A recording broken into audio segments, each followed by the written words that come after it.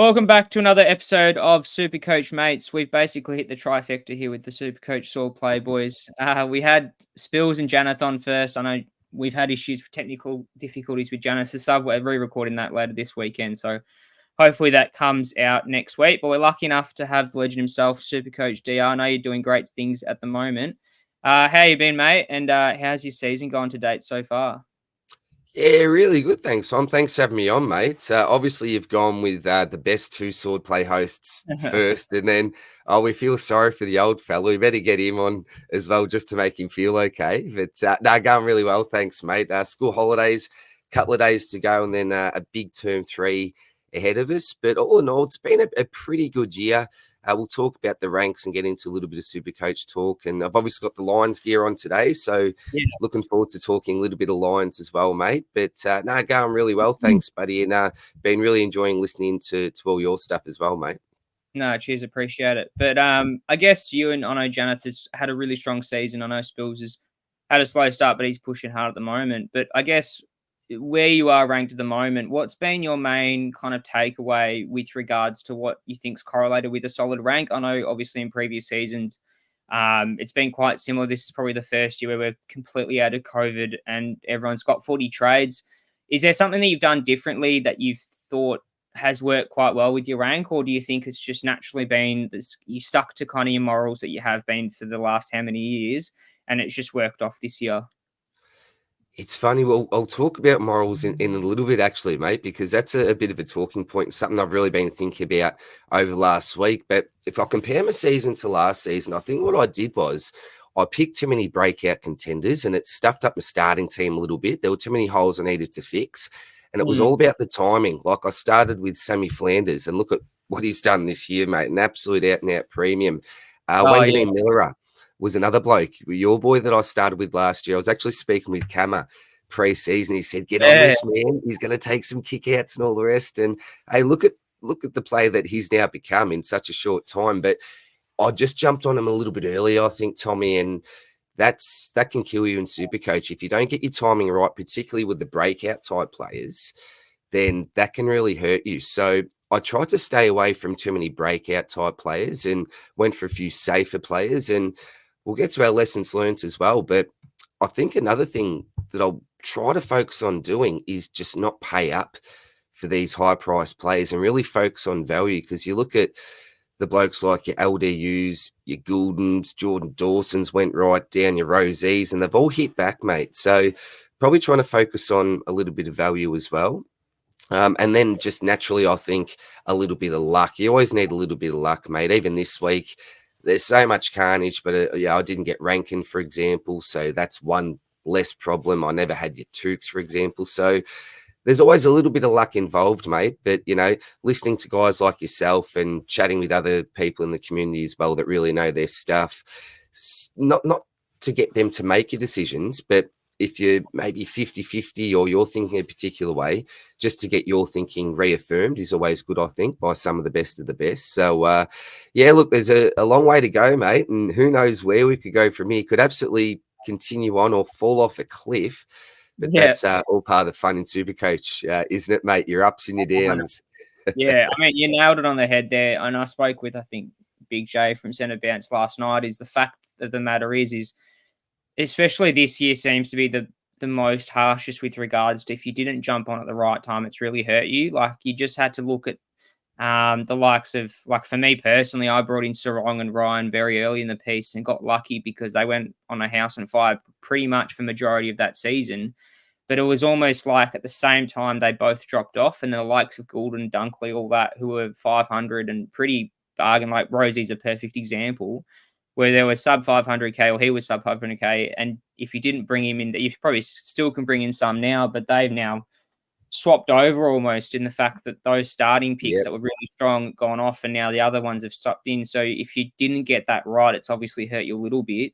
But if you nailed that and somehow figured it out, jumped off early, whatever, you had trades in the bank, it would have worked perfectly for you. So it's this year, I think, has hurt a lot of coaches in particular with reading kind of trends and scoring potential. But I guess moving on to my next point is obviously on the flip side of things, and I guess we say this and reflect on this every year, but what's been kind of your biggest mistake or regret that obviously you're in a pretty good position at the moment, but what's something that you thought, oh shit, this could have really boosted me up the rankings? I know for me, two that stand out was bringing in Nick Martin twice and mucking around my R2, like having starting with Grundy, then bringing in Marshall, and bringing in English. It's basically 3 to 5 trades right there. But what's your thoughts on your kind of trade regrets or mistakes that you thought could have really hurt you at that time, and you kind of regret it now? You pretty much just said it, mate. I'm Yeah, exactly the same as you. Like, when I look back to my starting team, Zach Fisher, and I think Fisher was a little bit different because he was a sub and things happened with Fisher, but particularly Nick Martin and Brodie Grundy. I started these two blokes. After 1 week, I got rid of Nick Martin. And you touched on, your Supercoach morals and the way that you go about things just before, mate. I had a real reflection this week. Because the big question is, do we trade if we've got it this week? Do we use those trades in the back as an advantage by just keep them there for another couple? There's a lot to talk about, but I'll look right back, mate, to 2014 is the furthest I can get back in my history. I don't know if I've had a different email or something before then, but I ended up ranking 33rd overall that year. And we had 30 trades back there, mate. So 30 trades, keeping in mind we've got 40 now. And at this stage in the season, round 17, I had 8 trades still in the bank. 8 trades. And I thought, was this just a wacky year where there was no carnage? So I went just mid-range around 2018, still had just the 30 trades. Lo and behold, I've got 7 trades at this stage of the year. Come round 17, and I thought, how is this even possible? Then we go to 2021, where we get 2 extra trades to 32. I'll look at where I'm at this stage of the season, and I've got 2 trades left. Then I'm thinking, hang on, what's going on here? I'm getting extra trades, yet it's coming this stage of the season, and I've got less and less. Then I look back to last year, I had 1 trade left for about the last 7 rounds. So somehow, I think that what I've done in my own mind is think more trades, more ability to completely stuff around here and just throw some darts at the targets. But I think that's the wrong way to go about it, mate. If we both had those 3-4 extra trades that maybe we stuffed around with your Martins and your Grundys, imagine what type of position we'd actually be in now, mate. We could make an absolute cracker of a last home stretch here. And I mean, did I have to use those trades? No. And do you know the frustrating thing is, mate, is the fact that when I traded Brodie Grundy out, I used wacky DPP and bought Nick Martin back in with that Grundy trade. I'd already had him in to start off with. So I think what we really need to do as well is back our preseason research. Like Janeth kept on to LDU all that time. He started him, whereas lots of people were jumping off. And for holding faith, he's now really been rewarded. He saved a trade, and now his players obviously had a really, really strong stretch of form, mate. So, look, there's so many good things and great things that we do, but I think that going back to my roots, the old school Supercoach mentality, not getting into this fantasy mindset, more trades means we can be more aggressive. I think if we go back to that old school approach and, really value trades like they're absolute gold, then that'll actually put us in good stead and maybe not allow us to make some rash or silly decisions if we really keep that in mind, mate. So that's a really, really big one for me. I think that old school Supercoach mentality and just not wasting trades just for the fun of it, mate. But again, this year, there's been no year like this one. We've never had 40 trades before, and this has been a real learning curve for everyone. Yeah, what worked well with the way you use those extra trades, what didn't, and try to, put in place next year, if we are going with the 40 again, a bit of a plan as to how to use them a bit more effectively, I think, mate. Yeah, 100%. I mean, you always say that every year where if you run out of trades, it's like, what could you have done differently? I think one in particular comes to mind as well. Obviously, I know Janeth did really well with holding LDU, and he's gone to next level with him, but also with the rookies as well, like your Ollie Dempsey's, your Charlie Combins. Everyone jumped off after 1 or 2 weeks of 50s, and obviously it's hard to kind of predict what's going to happen. Like Ollie Dempsey could easily have gotten consecutively 650s in a row, and that's really shut the bed. But all of a sudden, he's at 400 and something K the last time I checked, and Combin's now pulling out hundreds out of his ass. And if you kept them a little bit longer, it's Oh, almost like you've got two kind of mid prices right there, and making premium trades is really easy. So I think you're right there in the fact that with people having 40 trades, I look at the AFL fantasy format and you've got two trades every week. But you can see, like, I've got a mate of mine who's a North supporter who started slowly. Like, I was well ahead of him at probably the first 10 rounds, but all of a sudden now he's in the top 500 with trades to burn because he's got Combin as D7 and whatever F7 swing. And he's got that nice. ability to go, I can pick whatever premium I want. If it stuffs up, I've still got backup trades to go. Whereas you've got other people like ourselves who are basically left with one and not much wiggle room. So, yeah, it's definitely a fine margin, that's for sure. And I think that's a good learning point for next year. But before we talk about your Lions, this podcast is going to come out on Monday, hopefully. So obviously anything we say with regards to this weekend is a little bit null and void. But is there any players that, for those of you guys who have trades remaining, is there anyone that you think there's a little bit of a point of difference that can really shoot people up the rankings, especially if they've got trades to burn? Not necessarily has to be the top of the line, cream of the crop, but anyone in particular that you've noticed that if we do bring him in, like Colby McKerch's last week, can really set your team apart with. I know that there's a lot of people that I'm aware of that are in that top 1 to 3K where it's pretty much now or never, because as I mentioned with Jay last night, is the fact that of the matter is if you're in that position, there is no point in playing it safe realistically unless you're playing for league, right? Because if you're playing for overall, there's no harm in trying something different. If it fails, you're basically maybe losing yourself maximum 2K in position. But what's your thought on some options on any line really that you think can really bolster people's teams come season end? Yeah, look, mate, it's what I tend to always try to do, and this is just a tip for everyone, is when you're looking at player ownership, and you may even have to have SuperCoach Gold to do this. I'm not too sure, but if you can, always try to filter by the top 1 to 5%, because that gives you a pretty good idea about what the really good coaches are doing. Obviously, if they're ranked high, you think they're doing a pretty good job. But with pods, mate, sometimes they're pods for a reason. But at this stage of the year, you've nailed it. You can't do what everyone else is doing if you actually want to climb rank. You can hold rank that way, but if you want to climb rank, you've got to go a bit of a lone wolf approach here. So, look, a couple of blokes in the defensive line. One bloke I like is Trent Rivers. He's a real pod at the moment. Obviously, with Track out of the side, really talented type player. We've seen one game where he didn't set the world on fire in the midfield, but the other times he's been playing now, I think it's 3 games now, 2 or 3 games, he's looked really, really good for me. So really nice disposal on him. Pretty tough on the inside as well, and the role is absolutely there for him. So he's a really nice pod that I like. We were talking pre-podcast, mate. SDK, Sam DeConing, he's another bloke who I really, really like as well. I've flirted with trying to get him into my side this week, but I really need to focus on a forward option. If I needed a cheaper defensive type option, he'd be that make or break type pick, because we know about his role in the last few as well. If he continues to play in that role, we saw what he did with against his brother. That was fantastic. Although Tommy probably got the points there, Sam still scored a 130 odd, and super, super battle. Absolutely love that. But if he continues in that role, I tell you what, I could see him giving us a 105 plus average from here quite easily. It's all about that merry-go-round. We're talking again pre-podcast. If you could be locked or guaranteed into that role, absolutely I'd go for it. McKerch is another one. I still think there's time to jump on him. I see him well ahead of Fisher now, and that may not be a surprise to lots of people, but I wasn't sure how McKerch would come back. You know, he's had a long layoff. Would he take a little while just to adjust to the AFL? Because we know he smashed it for a couple of weeks in the VFL, but he just stepped up like it was nothing. So he's another bloke I really like. No, you jumped on him, mate. So congratulations about that one. Look, the forward line, I'll be quite honest with you.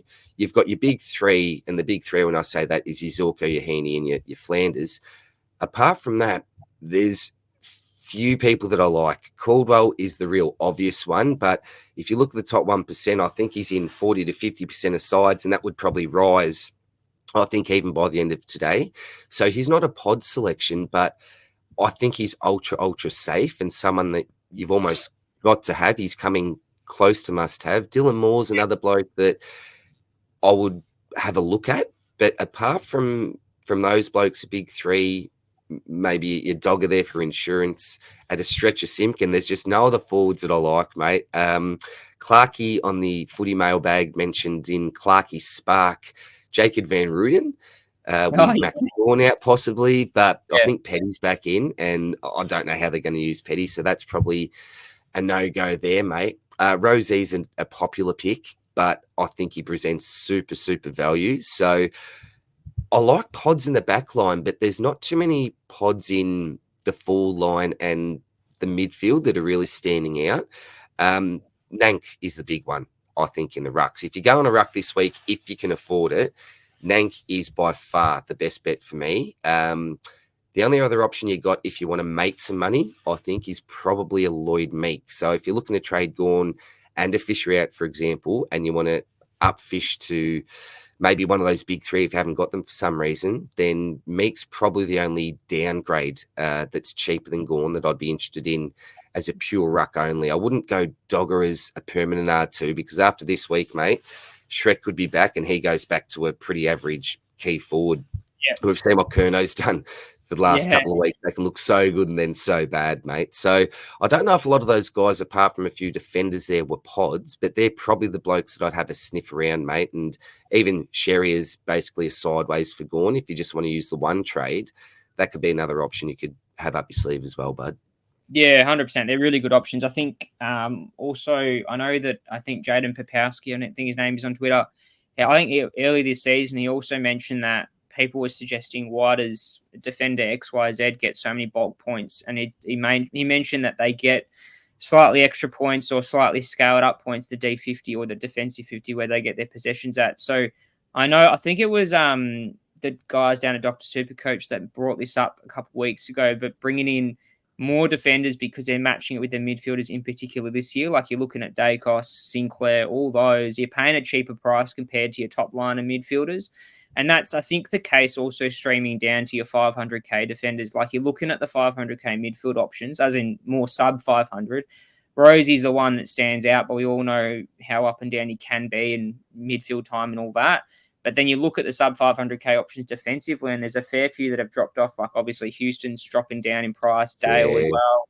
All those guys can easily match them on the run home. So I think it's a very interesting conversation to have whether you do stack up your defensive line through the midfield with your Dacos swings and all that and whatnot, or do you play it traditional and have 6 defenders, 8 midfielders? But yeah, I guess time will tell, and it'll be really interesting next year to see how teams line up because I can see a lot of DPP action going on next year with a few defenders in particular pushing into midfield positions this year. But moving on to your Lions, obviously you've had a bit of an up and down season with the Lions. I know you started out not so well at the start of the season, but we've brought up just the player recap there, the top 4 averaging players that I've seen this season. So these are based off SuperCoach points, obviously. Neil, Dunkley, Zorko, McCluggage is a bit of a drop-off after that. I think McInerney's 5th at 90, an average of about 92.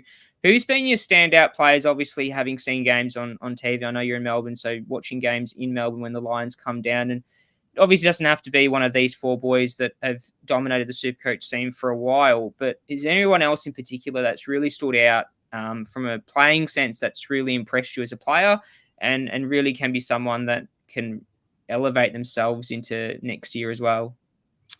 Yeah, look, I think that with us this year, we've been such a solid lineup, and there's been minimal changes. And if you look at our injury history over the last, say, 4 or 5 years, even, mate, we've been really, really blessed. We haven't had too many major injuries at all.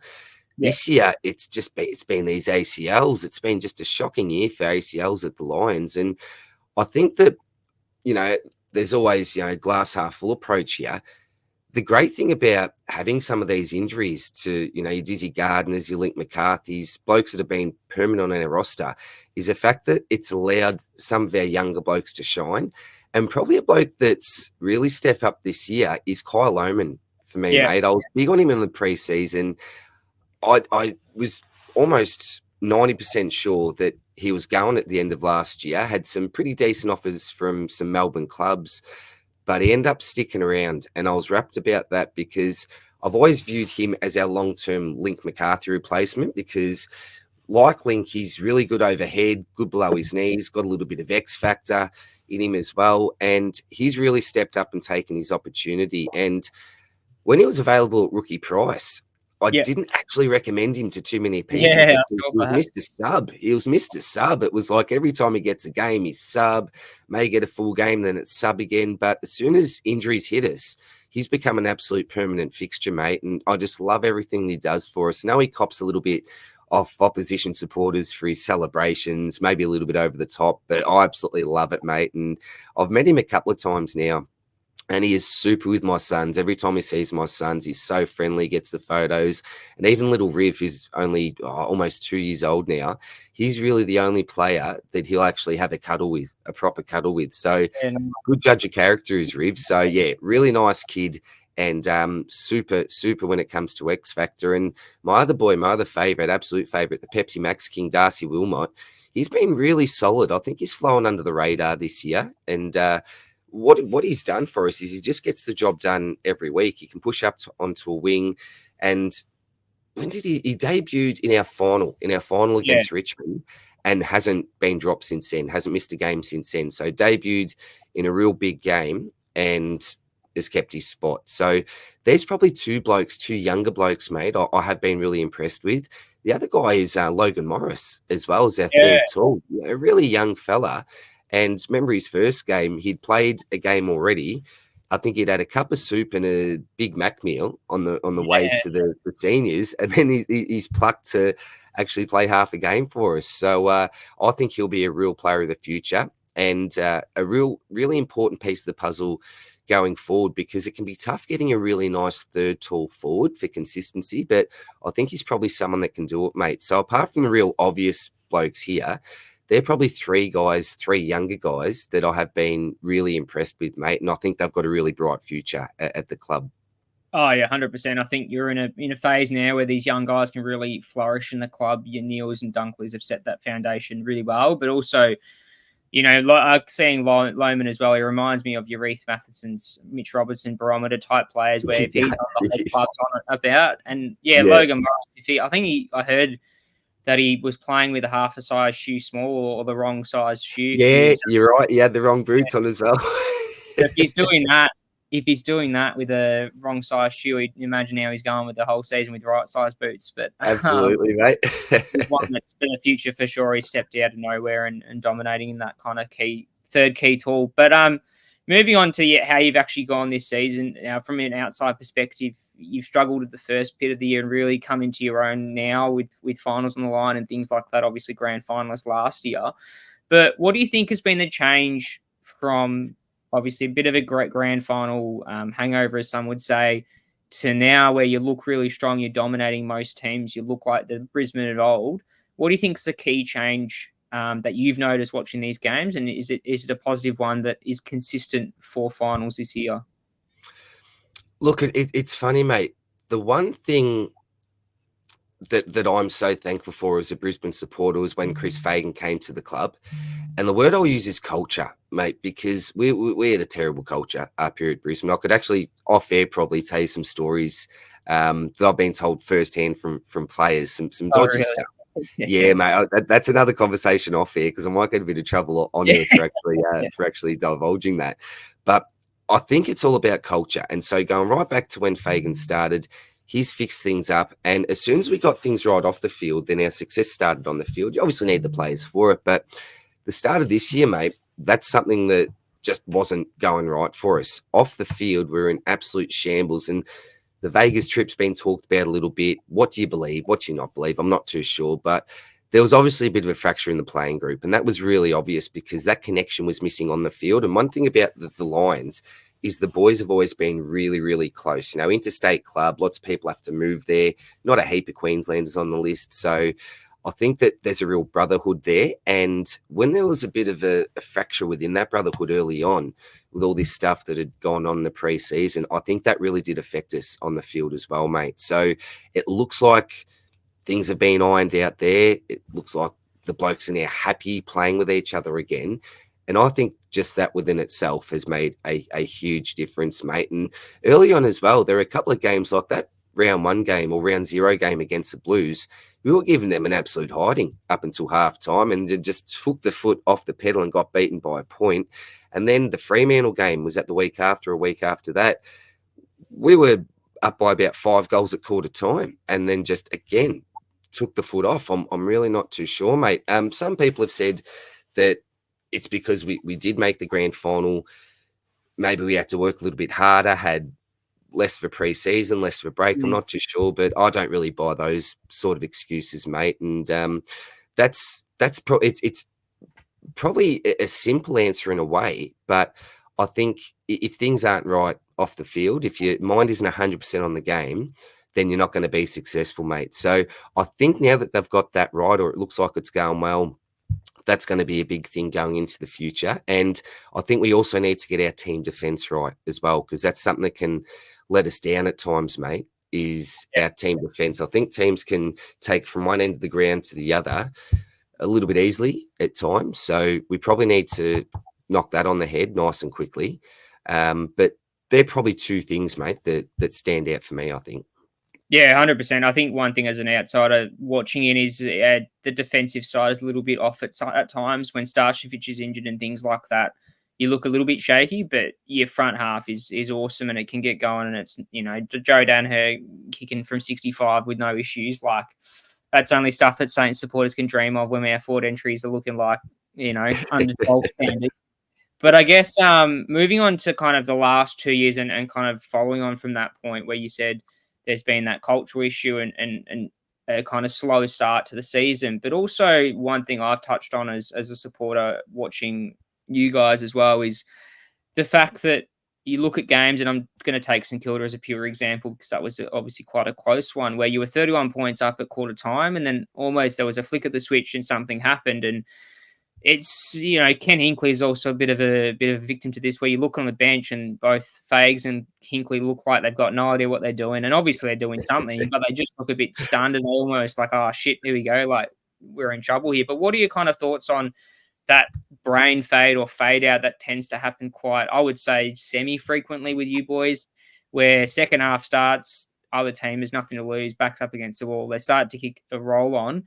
Do you think it comes down to that issue as in team defense and it kind of falls apart there? Or do you think there are other kind of issues that stem from the fact that it's almost, as a Brisbane supporter, probably a little bit too often that this sort of stuff is happening where you're fading out of games late and almost costing yourselves a top 4, top 2 position because you're losing these games in a close one? Oh, you're absolutely right. It is frustrating. I tell you that, mate. You think, what is going on here? Come on, boys. And I used to think it was just a maturity type thing with the age of the list. But if you look at our age demographic now, we've got a lot of senior players there. And even lots of our younger guys have played a lot of senior football. So I don't think that maturity of the list is an excuse anymore, mate. I think if you listen to Chris Fagan, the word that he'll use in our leadership group over and over is process. It seems like when the pressure's on, we don't tend to stick to our process and we can panic a little bit. And I think what Brisbane have a history of doing is going back inside our shells. We've played a particular way for 3/4 of the match and normally an aggressive type style. And then when another team tends to come back, we at times absolutely shut up shop rather than continuing to play what's actually put us in good stead for the majority of the game. I think we panic, go into our shell and completely change our game style as well. Zorko's a really good player for this. And this is one reason why I really like Zorks is that he's still prepared to take on, that kick in the corridor if it's there, if you really, really need it. There's not too many other players that I think are willing to do that. We play too safe, I think, mate. That's what really, really kills us. So we play too safe. We worry about actually attacking the game and just go into survival mode. And I don't think that you can do that. I think that you've just got to back yourselves. And I'm not saying play on every cost and go nuts, but don't go into your shells so much that we completely change the way that we move the football. I think that you've still got to look for opportunities to attack and move forward and take the game on if the opportunity is there. Don't be afraid to do that. So that probably, along with, and this probably isn't due to fade outs, but our kicking for goal at times, our accuracy, that has been shocking at times this year. You know, Hipwood and Danaher probably being two big culprits. Huey McCluggage is another one who's really struggled with his goal kicking. But if you look at, I think it's the last 5 or 6 weeks, I think we're in the top 4 for accuracy. So that's another thing that can't be understated, actually kicking well for goal. And even in the first couple of games against Carlton and Freo, there were times there where we had, I think, 6, 7 behinds in a row and just could not convert. If we had converted a couple of those and we get a bit of momentum back our way a little bit, mate. So bad kicking is bad football as well. So 2 things, mate. Yeah, bad kicking at goal, and in particular going into our shells rather than backing ourselves to continue to play the way that's got us to that position in front anyway. Yeah, 100%. I think you look at that ultra safe, the conservative route that teams sometimes take when there is a high level of pressure. Like, you just have to look at how St Kilda plays sometimes, where that pressure gets over exemplified, and then you look at players like Bonar, Howard, our whipping boys, in a sense, where they just make the silliest mistakes and the easiest fumbles, and that just gets amplified by 100 times more when it's a basic kick with no pressure, because they're shitting themselves that they don't want to miss out on that, stuff up that 15-meter kick. But on the flip side of things, when your players are playing fast, aggressive footy, that sort of turnover doesn't burn you as much. It kind of, the fans are like, all right, we tried to score fast, so it doesn't matter. We it's the same process, but it's just done a lot better and stronger through a more aggressive style of play. And I think Brisbane are, the way I like to put it for Brizzy, the way I said, especially at the Gabbarys, you're very, forward to centre footy, and you rely on your midfielders getting Very centre true. clearance and getting it quick inside 50. And that's where Charlie Cameron does his best work. And that's no correlation to, potentially an underperforming defensive line. But you just look at the defenders in your defensive line. They're always pushing high up the ground, like Kitty Coleman when fit, and Zorko are one of the 2 most attacking halfbacks in the league. So if you can get that part of the game right, then all of a sudden you're kicking goals for fun. Absolutely, mate. Yeah, for sure. But moving on to a bit of a look towards next year. Now, I've got Hugh McCluggage there because I know St Kilda tried to nab him, but failed. So Stay away from Huey. so important for your structure and dominated us boys when we played you guys. The reason I've got McCluggage in there is he obviously re-signed, and he looks very positive with the Brizzy Lions and speaks highly of them. Do you reckon now that that's kind of happened, and we speak about clubs having players that are waiting to be re-signed, and there's some doubt that creeps into fans' minds that, oh shit, if he doesn't re-sign, what happens to the X, Y, Z? But do you think that kind of is a cascading effect to others that are not, I don't know exactly who's hasn't re-signed yet, but do you think that's a kind of waterfall effect that will impact the playing group, that they can kind of galvanize each other and say, look, we've been so close so many times, but we've got a good group here, and really instill that confidence in the younger group? Or do you think there is other issues there that some players might leave and find other avenues to success? No, it's a great question, mate. And the answer is yes. And it's already paid off. When we drafted Huey McCluggage, we also drafted Jared Berry in the same year. And that was such a great deal. It was actually from the Giants. And so we had pick 2 at the time, and they really wanted Timmy Taranto. I think we were really clean on Clugger anyway. So they gave us 3, 16, and we gave them something small back. I'm not too sure. But then we picked 16. We picked up Huey's best mate, Jared Berry. So they'd played a lot of footy together, gone to school together. And about a week after Huey had re-signed, then we saw Jared Berry re-sign as well. Charlie Cameron's also re-signed very recently. I think that was probably in the last week. So we have already actually seen a domino effect. And I'm not saying the pure reason why the other 2 signed was because Huey did, but I think it goes to show a real show of faith in the club, where he thinks they're going. And I could guarantee you, he would have got higher offers elsewhere. 100%. He's taken less cash staying up at Brisbane. But I've always been really confident with Huey. I feel like he's now got Brisbane blood running through his veins, and he's a real leader at that club. You ask any player there, who's one of the most professional, and they'll say Huey every day of the week. And he's great in the locker rooms as well, like great lad. Boys get around him, really, really hard worker. And so I think that particularly, as you mentioned, with the young blokes going, well, look, here's a bloke here that's knocked back money from his home state, could be close to his family, old friends and all the rest, to continue on with this journey with us up here. surely he's got a fair bit of faith in the club. And so I think that will rub off really well when it comes to some of those younger guys. Loyalty can be lost in football. And I get it, mate. It's a business. You've got to look after your family. You've got to look after yourself. If a player goes like Dan McStay, for example, I used to love Dan McStay, but nothing against him. He got a really good deal to move back over to Collingwood. Great club. With his friends, with his family. It's like, I wish him all the best. He gave us some really good service. And I suppose he was the same in a way. I would have wished him the best of luck if he had to be getting 400K more a year, whatever. It's like, well, it's tough. But yeah, I think already we've seen that, mate. Jared Berry did actually mention that when he re-signed, that it was absolutely a factor, not the only one that Hugh signed on that allowed him to sign on or made it easy for him to sign on. So yeah, I think this is a big, big signing for us, mate. And if he had have left, I'll make a big call. That would have put us back a long, long way. That's what I'll say, because it's not just on the field, it's off the field what this bloke does, where his strengths are as well. So in regards to other players, mate, I don't think there's really anyone else that's out of contract apart from Zorks possibly, but Zorks will be at Brisbane till the day that he dies. So apart from him, I don't think there's anyone else that I'm really worried about at all at this stage, bud. I think we're pretty safe this year.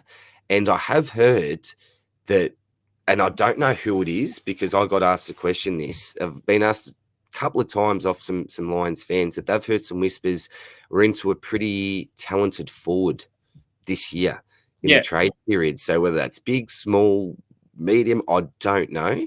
But I'm really interested to try to find out myself. I'll try to speak to a couple of sources and see if they know. But yeah, I'm not sure who that player is going to be, but it's always exciting, isn't it, when you know that your club's after someone, whether or not you'll land them or you won't. I'm not too sure. But yeah, we are a bit of a destination club as well now, mate, which is really good. Oh, 100%. I think you've got excitement running through every position with the youngsters and the senior boys really stepping up. But I guess you touched on a key forward potentially coming through next year, but is that who you're looking to target, do you think, as a club that needs the best, or do you think there are other positions that need filling that can really bolster your side, like a key defender, like a halfback, whatever, because you got Zorks and Neil who are on the latter stages of their career? Do you think there is any position that you need to target coming into 2025?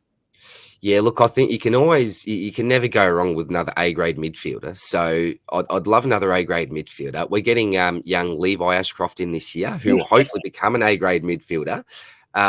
He's probably not at that stage now. He can come in and make a massive impact, but we saw what Will did. He had a bit of a massive impact. So yeah, look, who knows who could do? But I think apart from him, I would like another probably key back, I think, mate. We've got Harris there, who's all-Australian quality.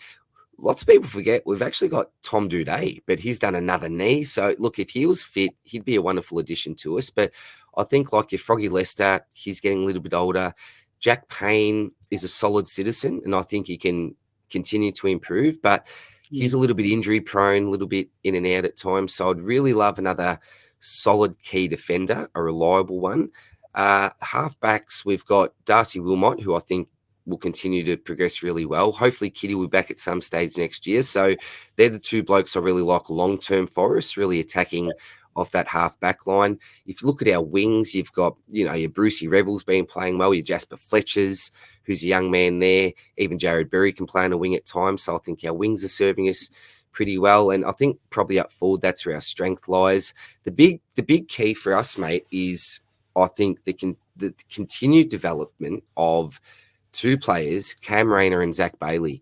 So if those two blokes can become bona fide superstars, and look, time's running out for Cam Rayner, maybe he's just going to be a real X-Factor type player and play a few really good games here and there for us. I'm not too sure. But if those two blokes can take their game to the next level, they're at that age bracket, I think, where they're going to continue to move this club forward.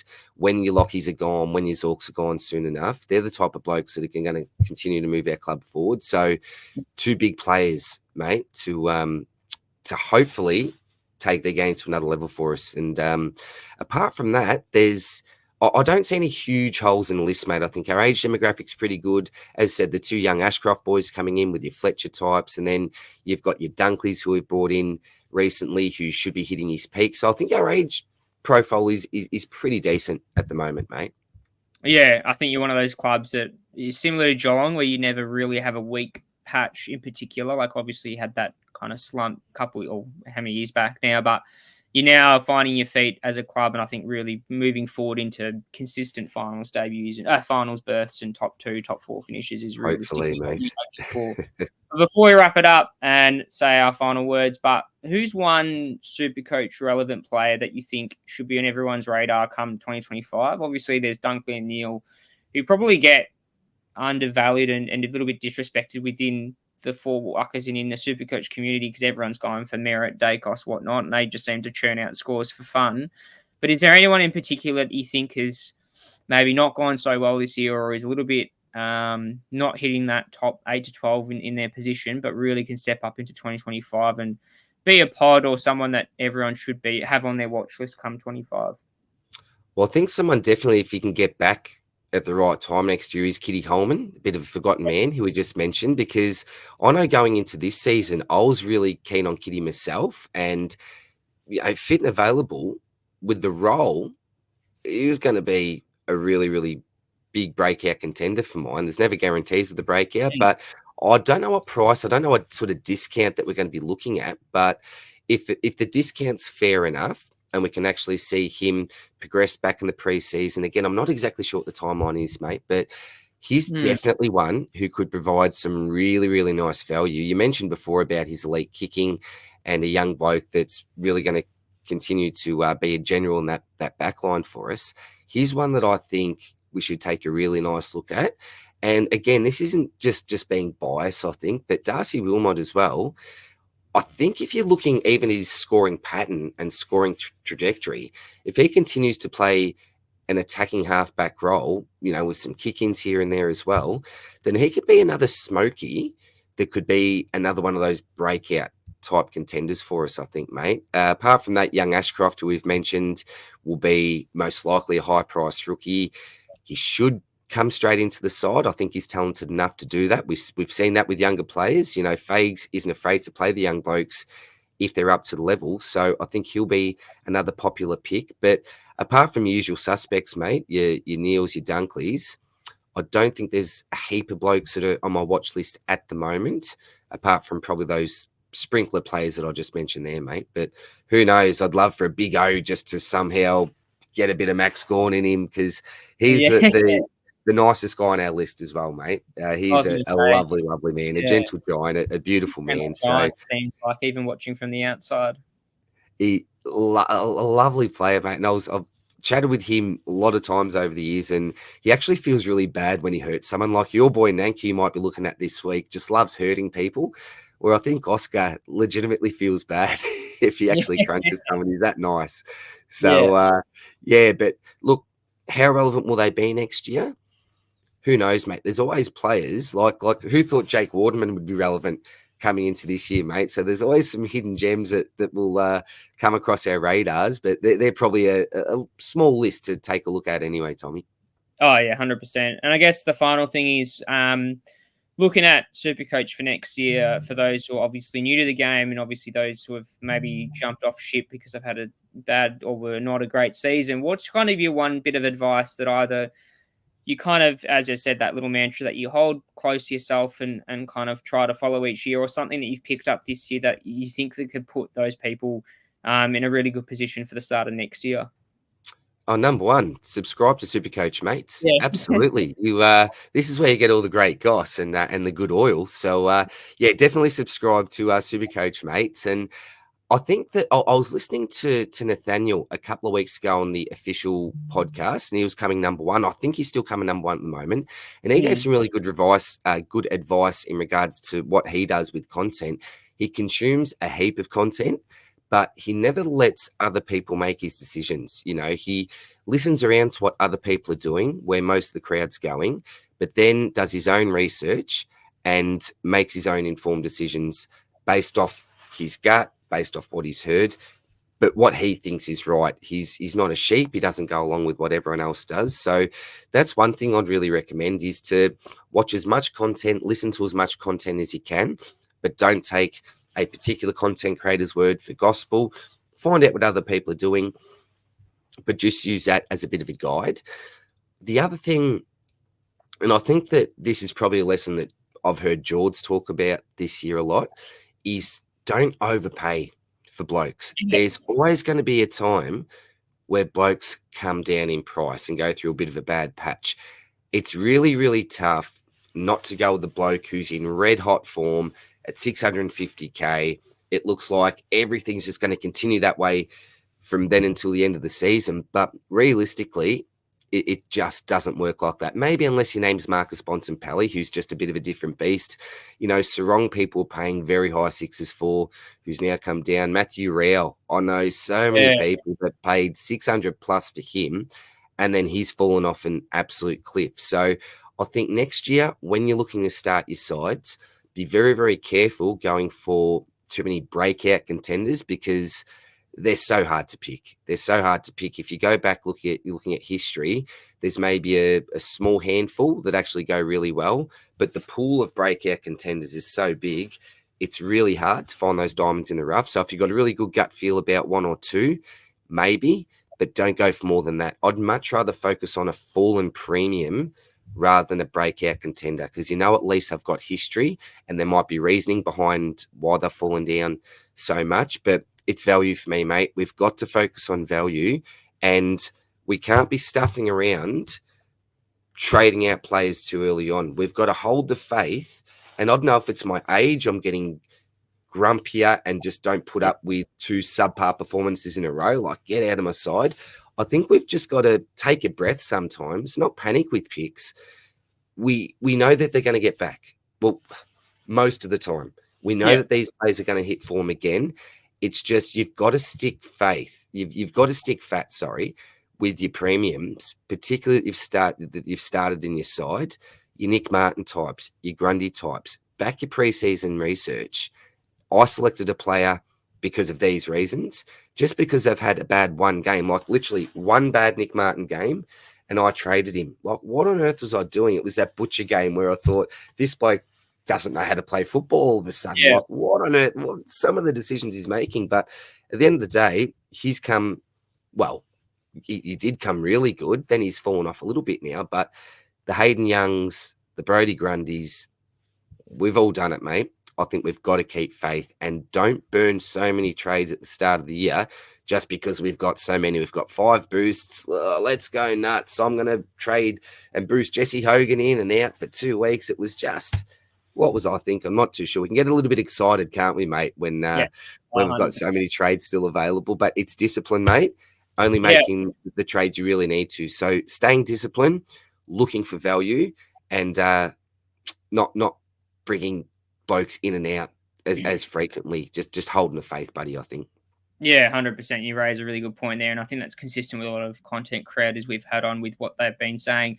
But one thing we like to do before we wrap it up is anyone that you've worked with? Obviously, I know you're doing great things with Jonathan Spills, and we've had them both on. But is there anyone that you've worked with either in the SuperCoach community or the AFL community in a broader sense that you would like to hear from in a future episode?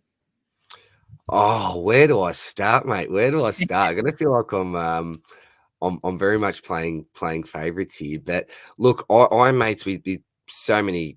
We know all the big guys, your Dr. Supercoaches, the Fantasy Take TV boys, and all that. But there are so many underrated channels out there. You know, Steve, my man from SDS Supercoach, he's a ripping lad. You know, really, really friendly fella. You've got the boys, you know, Scobie, some loose lads there. Scobie, JG from the Supercoach Hub, for example. I know you've had the centre bounce guys on.